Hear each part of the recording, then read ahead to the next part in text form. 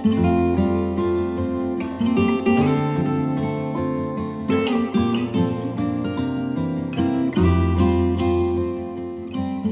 everyone, Christina here. Welcome to day 16 of the holiday card series for 2019.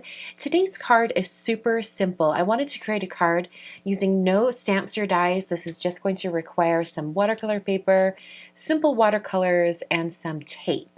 Maybe a few other supplies in there, but that's basically what you need to create this card. So let's get into it. I'm starting out with some Canson XL watercolor paper.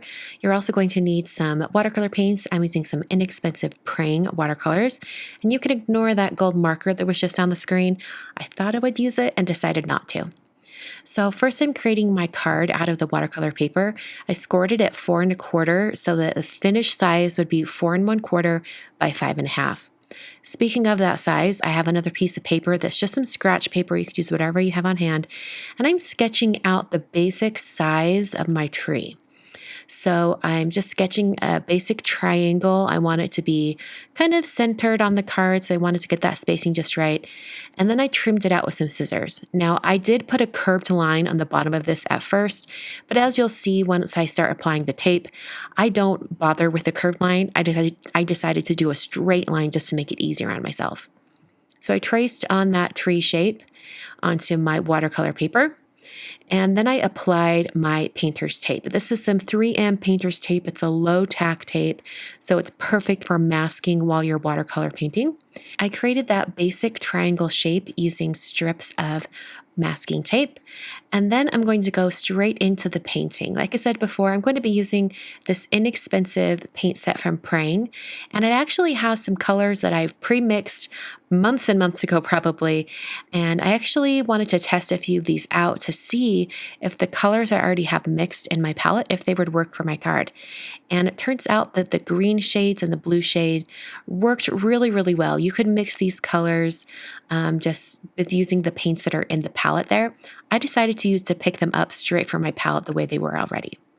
So this card, like I mentioned before, is very, very simple.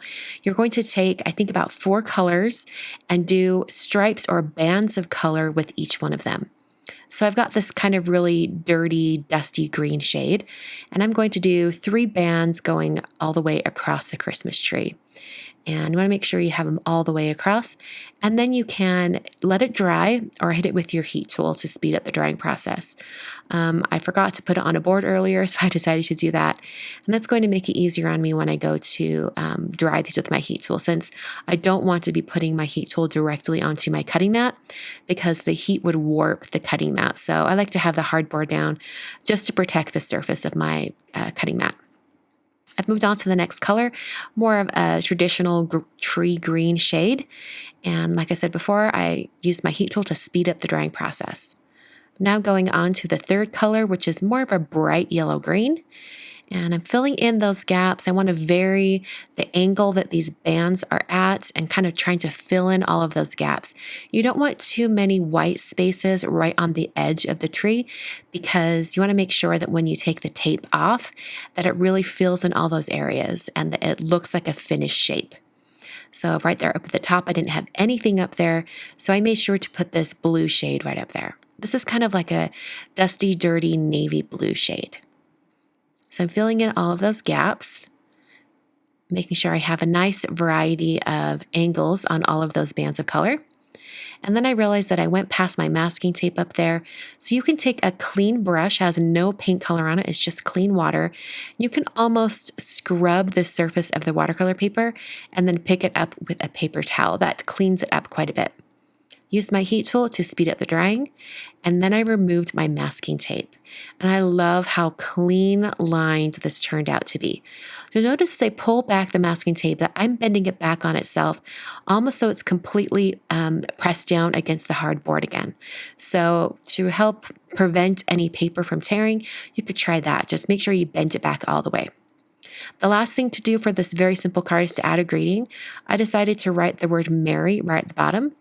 And Merry has 5 letters, with the first R being the middle letter. So I penciled that on first right in the center, and then I went around and drew on those letters. I then used a very thin lined pen. This time it's a Copic multiliner. It's a 0.1 size, just to write in the word Mary. I think it would also look really nice to have a red piece of cardstock with Mary written in white. I think that would be really, really cool on top too. I hope you enjoyed this really simple DIY watercolor card idea. I think you could adapt this to many different color schemes. I think like reds and purples would be particularly pretty. So I hope you guys try this out, and don't forget to share it on Instagram and tag me. My handle over Instagram is Star of May, because I love stars and I was born in May. So just tag me and let me see your card that you've made using this kind of masked off banded tree idea. I'd really love to see it. On screen, I've got 3 more videos for you to check out. These are all going to be from years previous of the holiday card series, all day 16. So I hope you'll take a walk down memory lane and check those out. Thank you again so much for watching. Don't forget to subscribe and hit the thumbs up button. And I will see you guys on Monday for day 17. It's just flying by.